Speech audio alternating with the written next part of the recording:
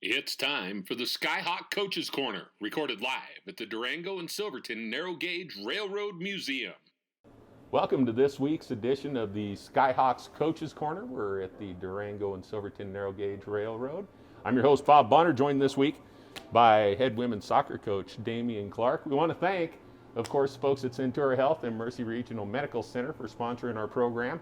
And with all of that out of the way, Coach Damian, they call you Damo around here. I don't know you well enough to call you that. Hopefully by the end of the interview I will, though. There you go. So, Coach, let's start. Tell us about yourself. I mean, you're the winningest coach in the program's history.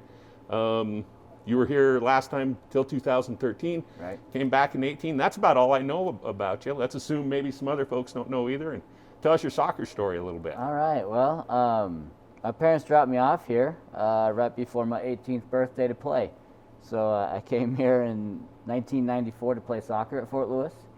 Was lucky enough to enjoy my years of playing soccer here for Jeremy Fishbein, who ended up being the coach at UNM. And funny enough, I'm old enough to now have his daughter committed and coming to us next year.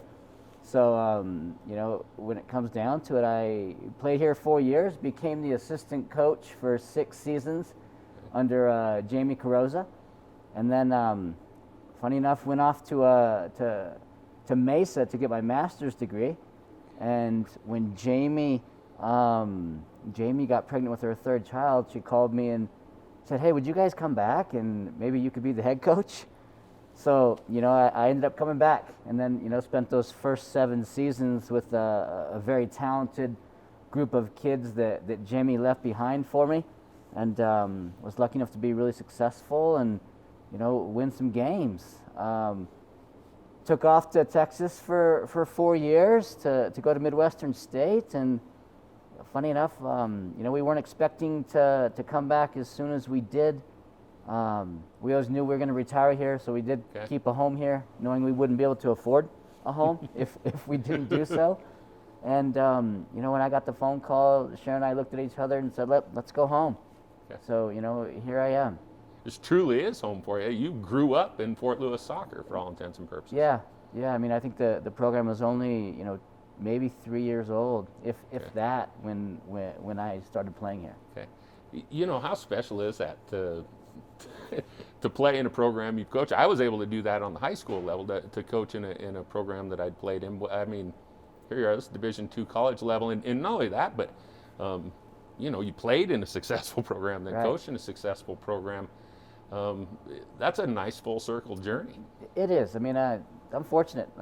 I'm lucky that things have worked out for me. I think in a place like this, loyalty and hard work go a really long way, and I mean that's really been it. Is I think I've stayed loyal to the opportunities that Fort Lewis has given me over the years, and without a doubt, when it comes down to it, Fort Lewis has repaid me with the opportunity to educate young women and be a part of a tradition that is pretty unique, in not just in the RMAC, but in my opinion, these are programs that are respected regionally, respected nationally, and I'm just a part of it. Okay. Well, let's jump into let's talk about the girls you've got now, the team you've got now. Last year, 7-7-3. And you lose some of those players. You lose some of your top players from that squad, but brought in some great young players. Tell us a little bit about the team that you're going to put on the field this spring. We'll talk a little bit about that down the road too, but tell us a little bit about the squad you've got right now. I mean, we're super excited. I mean, I think that, when it comes down to it, I think we've been patient with the process of building this team and rebuilding the program, in our vision and Hope and I's vision. And, realistically, I think when we look at this team, we're much more athletic than we were a few years ago, much more athletic than we were last year. I think the leadership, and you'll see when you guys, talk to Katie Smith, is fantastic. I think that's probably what's happened, over the years is Hope and I, Hope Frederick, my assistant, and I have grown in terms of learning how to help these kids lead. And I think that is the biggest element of what we're bringing to the table this year is, yes, some talented athletes, but excellent leadership with kids that are bought into to the core values of what we believe we are. Now, and I'm not a soccer guy, so make me a soccer guy a little bit. Help me out. How do those things translate in soccer? I know how it does in basketball, football, the sports I've got a background in. Tell me a little more about soccer and the kind of athletes you bring to this program, and how that leadership and mental fortitude that you're handing to them, what that does. How does that all come together on a soccer field? I mean, I think this is a conference that at the end of the day is, with Colorado School of Mines, UCCS, Regis, Metro, ourselves, Mesa. There's 6 or 7 of us that have been, not just top 25, but top 8 teams in finals, teams in quarterfinals of, national tournaments. And having to adjust and know how to play against high-level competition, I think is a lot of what our leadership brings right now. Okay. I think we've got kids that, we can ask them to play in different ways. We can ask them to adjust to opponents, or I think what's unique about the situation we're in now is realistically, I think we're good enough to force opponents to adjust to us. Okay. And for a long time, I think the last couple of years we've had to figure out how to adjust to others. Okay. I think we're in a different situation. I think these kids are bought into what the coaches are asking of them, and the hard work that they've put in over the last few years, even during this COVID stretch, is really, I think tested us all mentally. But the leadership to keep us intact, going the right direction, has been, critical and important. So the combination of quality of competition in the RMAC, with the type of athlete you brought here, and then the mental attitude you guys developed, I think what you're telling us as a non-soccer guy creating a fan here, it really is a beautiful game the way it's played down in this corner of the world, isn't it? Yeah, I mean, when it comes down to it, when you look at the coaching tree of what this has been, a lot of the mentoring that is, we've been lucky enough to have, both Obi, the men's coach, and myself, we were a very, very, I guess you would say, possession-oriented, beautiful game type of program collectively. I think we've adjusted, with the athletes that we have, and have become probably a little bit more hard-nosed. Okay. And it doesn't always have to be pretty. I think you guys will see that we're physically going to be a different type of, team to deal with. Okay. And if it's not pretty, then, physically and mentally, we're going to deal with opponents however we need to. Okay. Winning pretty or winning ugly. Yeah, we're going exactly. And if you can win playing ugly, then you have something unique. And I think that is where we're beginning to get. All right. You're on the road to making a convert out of a football coach. So here we go. We got to take a break, though. The boss is telling me we got to pay some bills and thank some of our sponsors. But we will be back with Coach Damian Clarke right after these.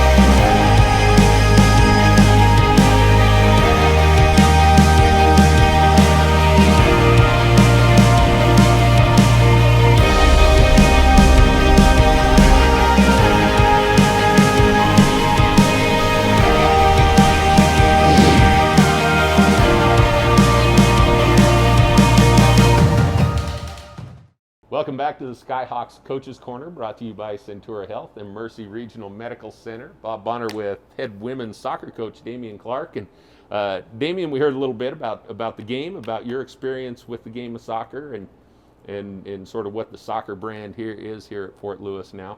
Let's get into the nuts and bolts of this upcoming spring season. Before we got on air, we were talking about snow on the way, and, Right. and our facilities guy Fletch again going to be clearing snow.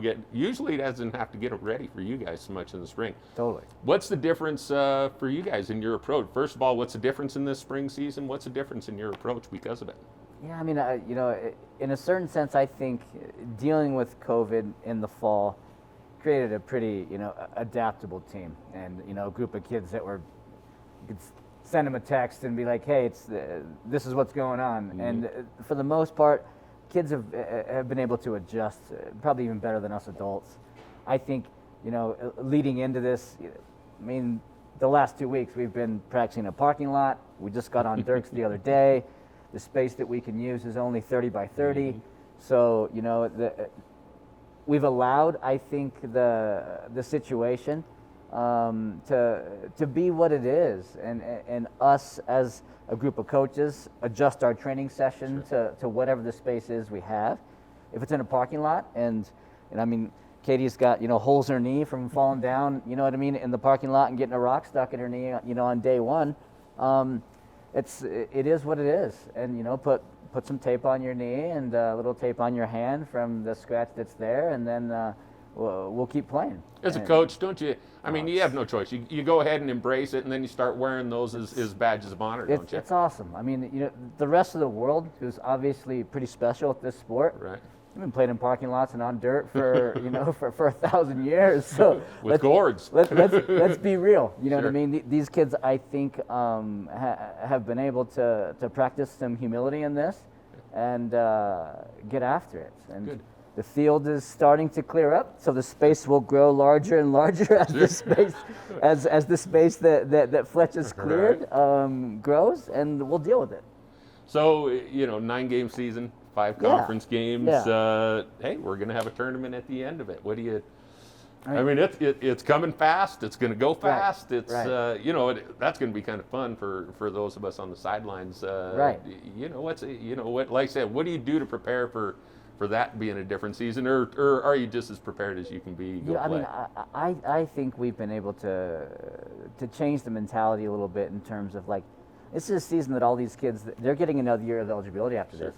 Hope and I have looked at it and said, we're gonna grow as coaches too. We're gonna ask our team to play in a way that we never have. So force ourselves to grow tactically, and part of that is the mentality of what we're asking the kids. We're gonna press teams, we're gonna get after teams, we're gonna use the athleticism that we have, because we don't have a whole lot of time to develop sophisticated tactics. Right. We have an idea of tactically what we were doing in the fall. But the mentality of how we're going to press teams into, bad situations is what we're asking of our kids right now. So I think we've attacked the mental side of the game, asked them to play at a higher pace, and we've got 9 games to learn how to be better. Okay. And I don't know, I like your philosophy, playing with house money this year. That's it. Let's might as well just get better and do what you can. Yeah. So, along those lines, you talked a little bit about the kind of program and the sort of philosophy you guys have here now. How did that philosophy guide your recruiting process? Lost 4 of your top scorers a year ago. Right. We talked a little bit on some of the talent that you brought in, and you referred to athleticism being one of the premiums. Right. What else are you looking for to recruit to this program right now? Well, I mean, obviously, if you don't have a kid that's going to score, 10 plus goals a year, you're not going to win the RMAC, and I think that's been a big piece of our efforts, is bringing some kids that want to score goals. Okay. I think we've got a handful of kids that are going to give us the opportunities to do that. They're younger. But I think a kid like Aubrey Swindle is just she's horrible to deal with. She's really fast, super strong, likes to step on people's feet accidentally. I mean, just we have a tougher mentality in a lot of the kids that we've brought in, and I think it's going to allow us to do that, to score a few more goals. I think we developed ourselves the last few years as defensively a very strong team. And if we can score on someone first, then we know how to defend. So and I love I call them the kids that look at you and go, coach said score. Yeah, totally. You know, is that part of mixing? We talk about the beautiful game and how you want to develop a little more of an edge. Is that what gives you that edge? Is just that you almost simplify to, there's the net, go put the ball in it? I mean, honestly, the idea of pressing, same in basketball, you know what I mean? If we can win the ball super high, then, you know, when we're defending, our mentality is that we're attacking. And, you know, without the ball, can we attack? And, you know, I think that mentality that, you know what I mean, we're going to see and what we're trying to do is going to mean that when we make mistakes, it's in front of their goal. We're playing on their side of the field. And the more often that we can do that, the further we are from our goal, I think the more fun we're going to have. Okay. In front of your goal, you've got a goalkeeping tandem. Yeah. One of the best in the conference, if not the best. What kind of a luxury is that to have that kind of depth now on the back end, especially when you're pressing? It's huge. I mean, I think, you know, both really, we've got, you know, 4 goalkeepers right now. I think even our freshman goalkeeper is a kid that she loves it. I mean, she's physically just a little beast. And, you know, you guys are going to love seeing Riley Braven at times. I mean, I think we have 3 keepers that if we have to share time with them all this year, I'm not afraid. And I don't think I've ever been in that situation. Usually the starter's the one that plays, and you kind of, you know, you're happy with that. We're in a different situation. We've got kids that compete. Okay. Well, and again, you know, it seems like you're enjoying this second time around, maybe being able to get out of a box a little bit. Sure. The player we're going to have join us next, Katie Smith, one of the things we talked about before we went on there is how many different, you played her everywhere but goalie last year. That kind of versatility in a player, I don't care what sport you're talking about, versatility is nice in a player, but is how much of a luxury is that to have her? And is that something you would have done 5-6 years ago as a coach, move a player like her around that much? I think I was, you know, pretty set in playing a certain way, you know what I mean, and thought the game was supposed to be this way. And when you're successful one way, it's easy to keep it that way. Yeah. I think the fortune of having, you know, Katie, honestly, has allowed us to build around her leadership as well as her versatility. Yeah. And if your leader is going to play center back, and if we're not scoring, play center forward. If we need to win the midfield battle, play in the middle. She sets an example for every other kid, in my opinion, to like just shut up and work. And we have a lot of kids, I think, that have taken after her, you know, leadership and her ability to do that. Yeah. Okay, good. And I look forward to visiting with Katie after the break. But before we do that, before I can officially call you Damo moving forward, we've got to play a little game I call the One. All right. It's a little rapid fire game. I'm going to ask you 5 quick questions. Just the first thing that pops into your head. All right. All right. Here's a favorite sports movie. Remember the Titans. That's a great one. How about professional or college sports idol? Who's person, any sport that you just like to see play? Let's see. That's tough.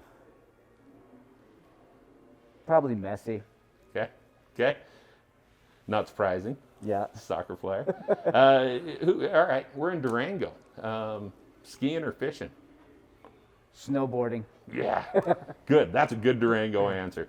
All right. Your rival to be, we've talked about, you've been here forever. So who's the rival? It's Mines. Okay. Yeah. That's the team. That's the red letter date every year. That's the team. Okay. How about, and again, boy, you've been here forever. I imagine that it probably occurred on a Skyhawks sideline or in a Skyhawks uniform. What's your shining moment from your career to this point? What's your defining moment?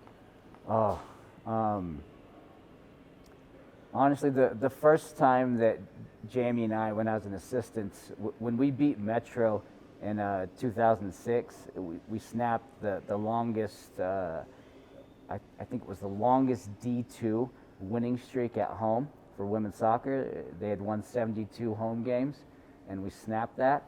Everyone thought that was a fluke. We won again the next year. And I think we changed the landscape of the RMAC when we started beating, you know, a team that had won national championships, which was Metro at the time.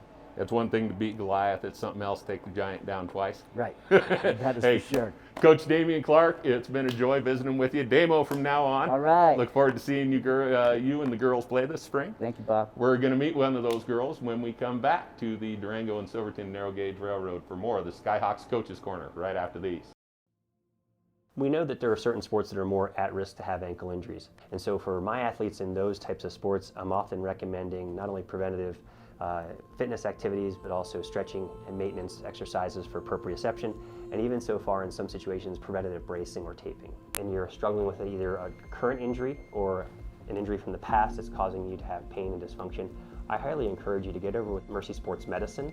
The athletic trainers there are a great first line of contact for ankle injuries in general, and then also if you need a consultation here at Mercy Orthopedics with me, they can help that happen seamlessly. Welcome back to the Skyhawks Coaches Corner, presented by Centura Health and Mercy Regional Medical Center. I'm your host, Bob Bonner. We're in the Durango and Silverton Narrow Gauge Railroad Museum this week, and I'm joined now by junior midfielder, or wherever Coach Damo needs her, Katie Smith from the Fort Lewis College women's soccer team. And Katie, thanks for joining us today. Thanks, appreciate it. We're going to jump right into it. A junior from Grand Junction, Colorado. What's it like to play Mesa? That's the first question I got to ask you. You had to grow up watching them play, didn't you? Yeah, it's always fun, honestly. I mean, that's my personal rival. It's always good to beat, people from where you've been from. I know a lot of girls on the other team, played with a lot of them. So yeah, it's always a good time to see them and also hopefully beat them. Okay, and there's a little chip on your shoulder there, and it can be, I hate to use the word friendly, a respectful chip on your shoulder when you play against people you know and grew up playing against, isn't it? Yeah. Now you've succeeded quite a bit. The folks up at Mesa got to be kind of sad every time they see you. First team All-RMAC as a freshman. Second team last year as a sophomore, but second team at 4 different positions, I think, adds up to first team and a half. So here you go. What do you do for now your second encore as a junior in this spring season? What's your goals personally for this year? I mean, it's always the same, just keep working away. Obviously, would love to reach that first team All-RMAC status again, but if it doesn't happen, it doesn't happen. You can only control as much as you can control. Yeah. Coach Clarke talked about how you've grown as a leader and the example you set with being willing to play different positions, among other things. What is that something you consciously, and you've got 4 goals, I think 10 assists on your career. You've put up the numbers too for yourself personally, but now that you're a junior, do you consciously think about the leadership role that you need to play, the examples you need to set? In a sense, yes, because Damian and Hope are always asking that of us, right? I mean, be aware, do the best that you can to be a leader for the people, younger than you, behind you. I think when I'm playing, not so much. I just get into that role of intensity, and I know that that's part of why I was made a leader, is just I bring that intensity to the field, and I'm going to demand the most from myself that I can. But also, yeah, we're always working as leaders to improve and to find ways to get the best out of our team and the best out of ourselves, whether that's on the field, off the field, any of those aspects. So yeah, it is something that we think about a lot, and we always work to improve, reading books, looking at video, meeting every week. Yeah, just trying to get better in that aspect. What are your expectations? Spring season's coming at you fast. It's been, has it been different for you? You didn't have your season in the fall. We're talking about all these things in the context of COVID, and now you're going to play a short season. Fortunately, we're going to have a tournament at the end of it, but does that change how you get ready for the season? No. Players going to play. Players going to play, yeah, exactly. I think we're all just excited to play, whether it's on the parking lot, whether it's 30 yards of space on Dirks. We just want to be out there touching the ball with the people we enjoy being around in the setting that we are here for. So no, not really. We do realize in the back of our heads, we're going to have to continue to be adaptable.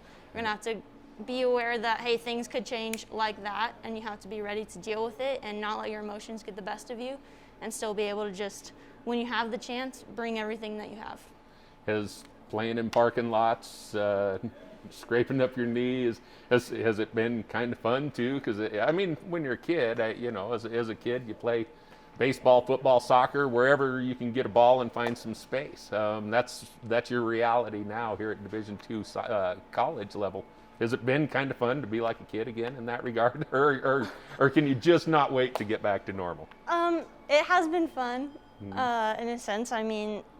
It's great to realize like you're going to continue putting the effort out there. Sure. And also, yeah, it's just fun. You're going to let loose and play no matter what. And I think you realize how important it is to you because Right. you're not going to let anything stop you.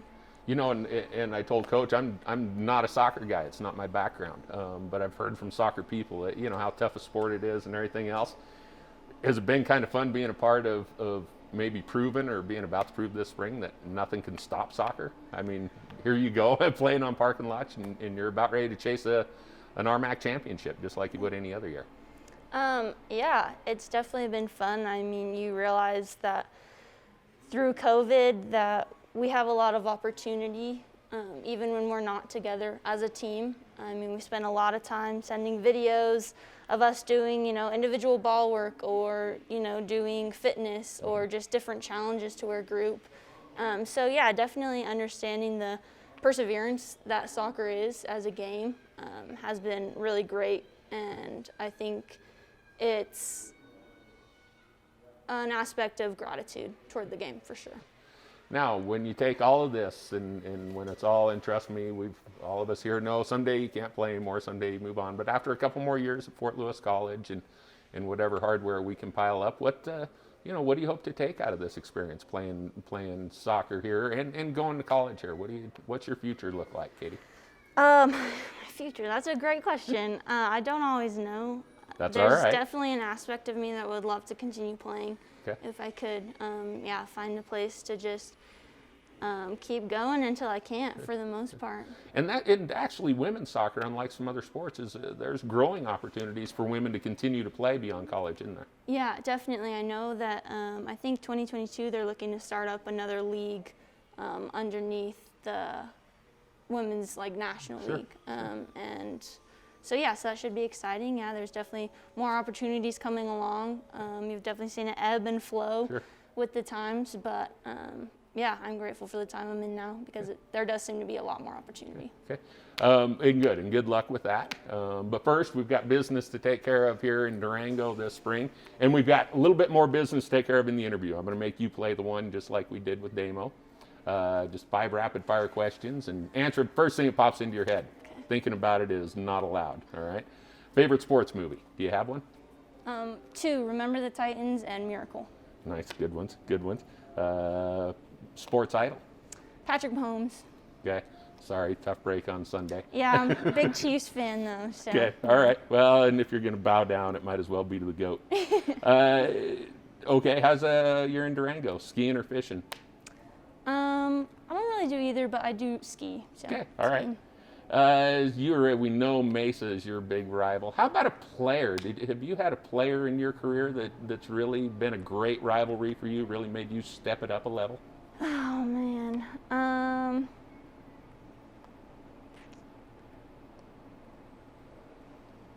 Or is it just that Mesa uniform lined up across from you that makes you go? I mean, it's Mesa, but also definitely mine. I mean, Okay. we just want Good. to take them down. Good, Yeah. good. Having 2 rivals works too. All right, now give me last question. What's been your shining moment to this point in your career? What's that thing when you close your mind or close your eyes and think about your best soccer moment so far? What's it been? Probably my goal against Mesa my freshman year. Okay. Yeah, just got thrown up top and it worked out. So.